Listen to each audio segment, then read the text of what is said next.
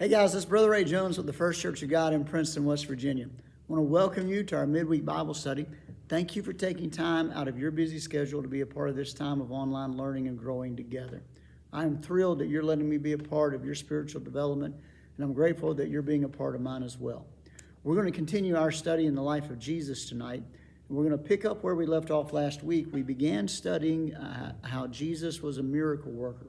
There were several other types of miracle workers, or really they were just magicians back in both the Old and the New Testament times.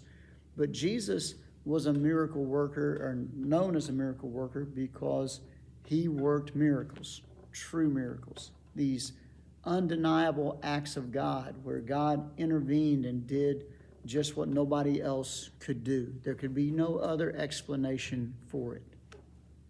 We saw last week how Jesus had power over the trivial by turning water into wine at a wedding. That was his first miracle. Then we saw how he had power over distance by healing a man's son who was 20 miles away in a different area. We also saw how he had power over time by healing a man who had been suffering with an ailment for almost 38 years. So we're going to pick it up tonight in John the 6th chapter, and we're going to look at a few different miracles that Jesus did and what we can learn from them this evening. So tonight, as we continue in this, we also see that Jesus had power over insufficiency. Look with me in John the 6th chapter, beginning at the first 14 verses of John 6. After these things, Jesus went over the Sea of Galilee, which is the Sea of Tiberias. Then a great multitude followed him because they saw signs which he had performed on those who were diseased. And Jesus went up on the mountain, and when he sat with his disciples, now the Passover, a feast of the Jews, was near.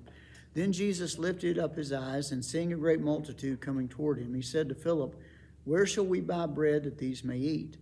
But this he said to test him, for he himself knew what he would do. Philip answered him, 200 denarii worth of bread is not sufficient for them, that everyone may have a little. And one of his disciples, Andrew, Simon Peter's brother, said to him, "There's a lad here who has 5 barley loaves and 2 small fish, but what are they among so many?" Then Jesus said to him, "Make the people sit down." And there was much grass in the place, so when the men sat down, in number about 5,000. And Jesus took the loaves, and when he had given thanks, he distributed them to the disciples, and the disciples to those sitting down, and likewise of the fish as many as they wanted. So when they were filled, he said to his disciples, "Gather up the fragments that remain, so that nothing is lost." Therefore they gathered them up and filled 12 baskets with fragments of the 5 barley loaves which were left over from those who had eaten. Then those men who had seen the sign that Jesus did said, "This is truly a prophet who's come into the world." This is an amazing miracle that Jesus performs. He's been teaching the people. He's been performing miraculous healings. And there's this wonderful group of people now who need to be physically fed. They've been out for some time and they needed to eat. Now, I want you to just take note of just something very simple to begin with. Jesus understands that we need to eat, okay? And sometimes those sitting in a congregation wish that the pastor realized or the preacher realized that the people need to eat, amen? Sometimes we go on and on and on in our sermons and our lessons, and people are thinking it's almost lunchtime. When's this guy going to get finished? Well, that's a lesson for me and my people, I guess, so we'll try to take note of that, all right? So anyway, Jesus was in tune not only with the spiritual needs of the people, but also their physical and practical needs. He looks at his disciples and he says, "Hey, these people are hungry. Go feed them." And the disciples are like, "What are we supposed to do, man? Are we supposed to call Uber Eats? We're going to run to the grocery store? We're going to get some kind of delivery? Hey, we're out in the middle of nowhere and we don't have any food." And somebody even says, Philip says, "Listen, 200 denarii, which would be like a significant amount of money, I think up to a year's wages, if I'm remembering correctly, where there's no way that we could feed all these people, even if we had a full advance on a whole year's of wages." Well, Jesus already knew what he was going to do. He knew he was going to perform a miracle here. And he wanted his disciples especially to see that he has power over insufficiency. So while Philip is trying to do the math in his head on what it would take to actually scrounge up to feed all these people and wrestling with the desperation of this situation, Andrew speaks up and says, hey, there's a guy over here, a lad, who's got 5 barley loaves and some fish. Basically what this kid has is a sack lunch, all right? And even though Andrew speaks up and says, we don't have any food here except for this little bit right here, but what is that among 5,000 men? By the way, that didn't count women and children. Just the men were counted in this, and let's assume just some of those men had a spouse with them that could have potentially, pushed doubling this whole thing. We know there were kids there because there was a lad who thought enough to bring his lunch with him, right? So with women and children and all, there were probably in excess of, 10, 12,000 people in this gathering. That's a big old party. That's a big old group of people to try to feed. And they've got one kid's sack lunch to do it with. So here's Philip trying to do the math on figuring out how to actually get this done and seeing it's impossible. And Andrew noticing what's actually available and then acknowledging there's no way we can make this last among so many. And Jesus now steps in and does the miraculous. He gives thanks to the Lord for the food that's been provided. And then he instructs the disciples to start tearing it apart and sharing it with the crowd. So they do that. They just start taking what little bread's there and they begin passing it out, and the fish as well. And then in a way that cannot be explained by man, somehow 5 small loaves turns into enough bread for tens of thousands, if you will, at least 10,000 people, to have enough food and then some. This was a miracle. And the guys there, the disciples especially, saw this. Now, the crowd might not have realized what a miracle this was. Okay, all they were doing was they knew they had been hanging out and spiritually feasting on what Jesus was saying, but they also knew they were physically hungry. And when all this food was being spread around, maybe the crowd didn't realize just how a big miracle this was. But the disciples did, and Jesus did. And this further strengthened their faith.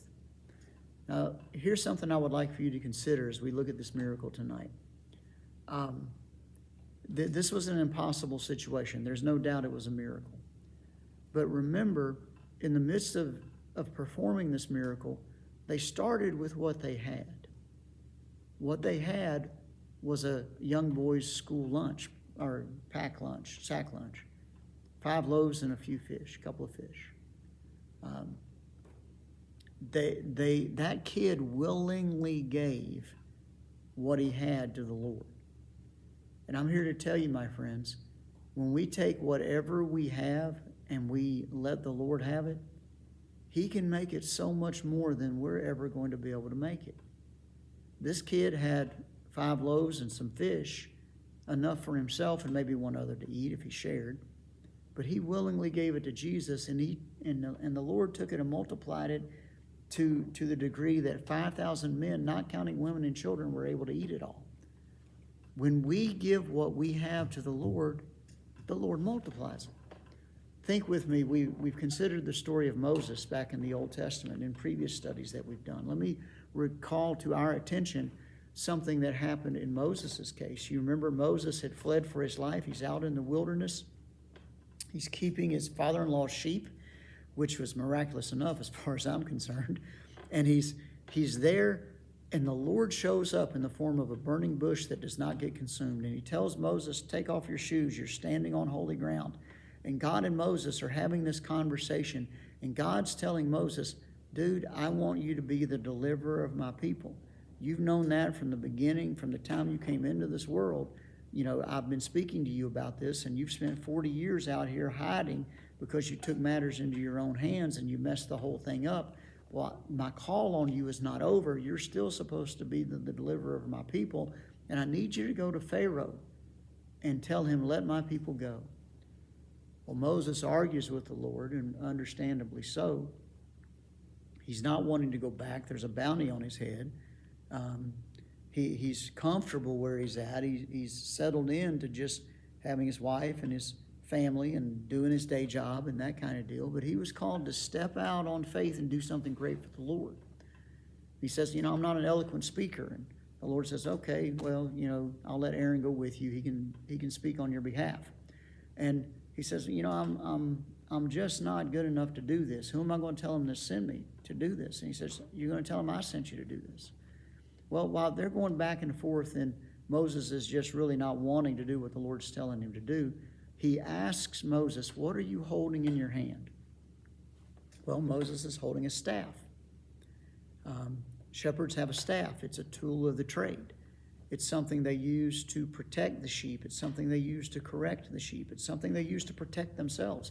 No shepherd worth his salt would be going out to work without that staff in his hand. It was necessary for him to effectively do his job. And it was somewhat his security. It was his rod, his staff, if you will. Well, God asked him, what are you holding in your hand? And Moses said, a rod or a staff. He says, throw it down. Well, he throws it down. And miraculously, that staff turns into a serpent. That, my friends, is crazy, okay? This was a big old stick that is thrown on the ground and is turned into a big old snake. That's a miracle. The greater miracle, in my estimation, is this. God then looked at Moses and says, pick it up. Okay, pick up this snake.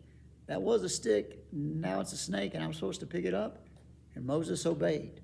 He picked it up and it became a rod again, or a staff again. And here's the point that I want you to see. While Moses had it before God got involved, this was just a stick.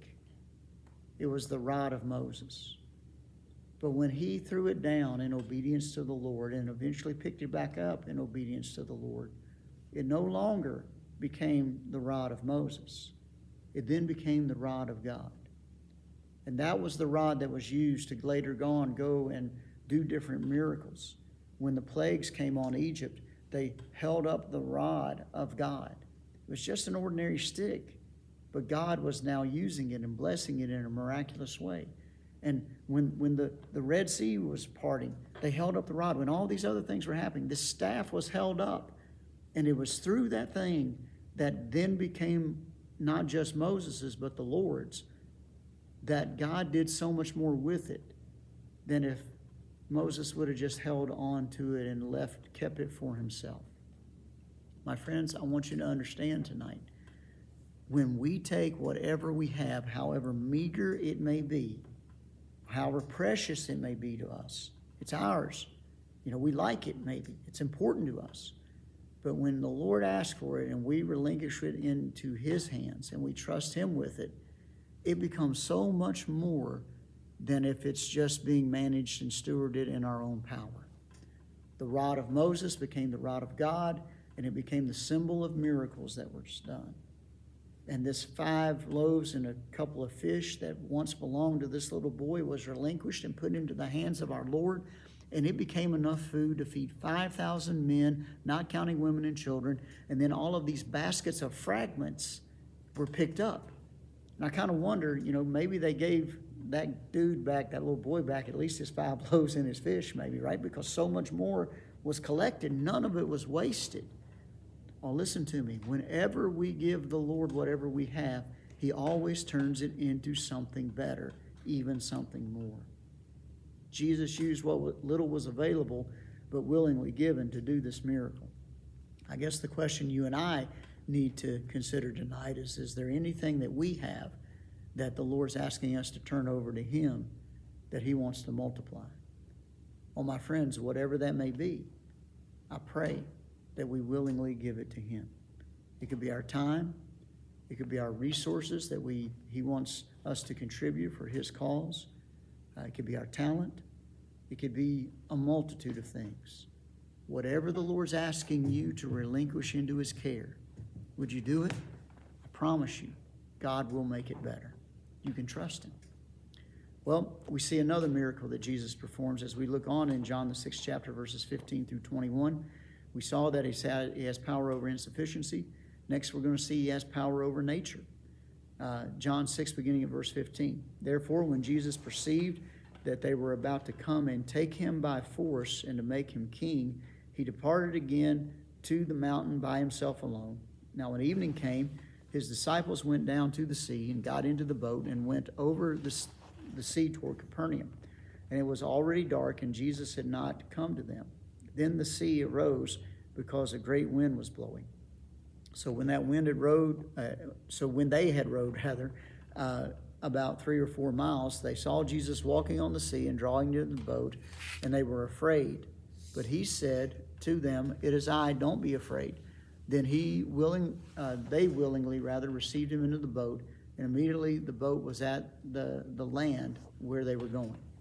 Okay, in John's version of this particular miracle, which is recorded also in Matthew, the 14th chapter, if I remember correctly, Jesus sends the disciples on over to the other side, and He needs to spend a little time alone praying. So as He spends that time kind of re-energizing and recouping, if you will, and talking with the Father, the disciples are out in the middle of the night, kind of in some spooky situations with this sea being tossed back and forth, and Jesus decides He's going to catch up with them. And He literally walks on the water to get to them. My friends, this was truly a miracle. I got to tell you, I don't know how often you've ever tried to walk on water, but the closest I've ever come to it is trying to water ski, and I didn't even get up on the water, okay? It just didn't happen for me. I did more like a skipping rock on the water, and then had enough sense to let go of the rope and finally just settled down, and they came back and got me, thankfully, and I appreciate that. Long story short is this: we can't walk on water, okay? It just doesn't happen that way. But Jesus could, and He did. He's walking out, and the disciples are kind of scared because if you read Matthew's account of this, they kind of think like this guy, that there's a ghost out there or something, and they're afraid. Now think about it. Don't judge them too harshly on that. You've probably been in some scary situations and thought you've seen some things that you couldn't believe in the middle of the night too, even as an adult, all right? And if you haven't, kudos to you. However, you probably need to get honest. Something scares you and something can look off. So anyway, these disciples are a little freaked out, and Jesus speaks out and says, "Hey, it's okay, it's me." Now, John's recollection of this just records how they just kind of welcomed Jesus into the boat, and then they're all on the other side pretty quickly. But if you go back and you read Matthew's account of this, you're going to find out there's a little bit more that Matthew recorded. In this case, Peter looks out there and he says, "Hey, Lord, if it's you, would you let me get out there with you?" And Jesus, according to Matthew, says, "Hey, come on out." So Peter gets out of that boat, steps into the water, and he's walking on the water as well. He's looking at Jesus. Jesus is walking on the water. Peter's walking on the water, and everything's going so well in those moments. But then, according to Matthew's account of this miracle, Peter begins looking around, and the wind's blowing in his face, and he sees the waves, and the water starts lapping. Maybe the mist of the water is hitting him a little bit, and he gets his eyes off Jesus. He gets afraid again, and he begins to sink. Oh, listen to me, my friend. There's an important lesson in that. Jesus calls us to do great things. He calls us first and foremost to be with Him, and then He sends us out to serve Him. And when we keep our focus, our spiritual eyes, if you will, on Him, everything is working out well. The wind's still there and the waves are still there, but we're doing what we can't do in our own power because we're focused on Him. But when we allow ourselves to get distracted, and arguably Peter had some good things to be distracted by. I mean, who walks on water other than Jesus? Well, Jesus does because He's a miracle worker. And those who are trusting in Him, in this case Peter, he was also able to do that miraculous because he trusted in the Lord. He steps out and does this miraculous thing. But then he loses focus. He gets more interested and challenged and even fearful of what's going on around him. And those distractions just gets him to where he's having a hard time believing, if you will. And he begins to sink. Well, he's about to drown. But before he gets to that point, he has enough about him to say to Jesus, Lord, save me. And the scripture records in Matthew, Jesus immediately stretches out his hand and lifts him up and gets him back into the boat. And then he looks at him and he says, oh man, Peter, why did you doubt? Man, everything was going so well, and then you doubted. But he didn't, it wasn't a harsh rebuke, okay? He was just helping him see what went wrong. So when we see this miracle, as we have read about it in John chapter 6, we consider what Matthew 14 has to say about it as well. We have the whole of the picture that reminds us that not only did Jesus have power over nature, but in this instance, he gave Peter that same power over nature and allowed him to walk on that water as well. And everything stayed fine as long as he kept his focus on Jesus. Now, the point of this is not necessarily that we need to go out and literally walk on a local lake or pond or whatever, okay? But in the spiritual sense, I want us to be reminded, Jesus wants our undivided attention.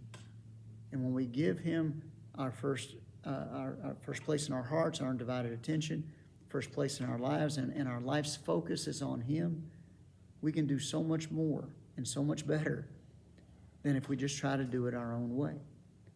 And if we want to continue on that path, doing way more than we can ever accomplish in our own power, we need to do so by not letting ourselves getting distracted from him and his plan and purpose for our lives.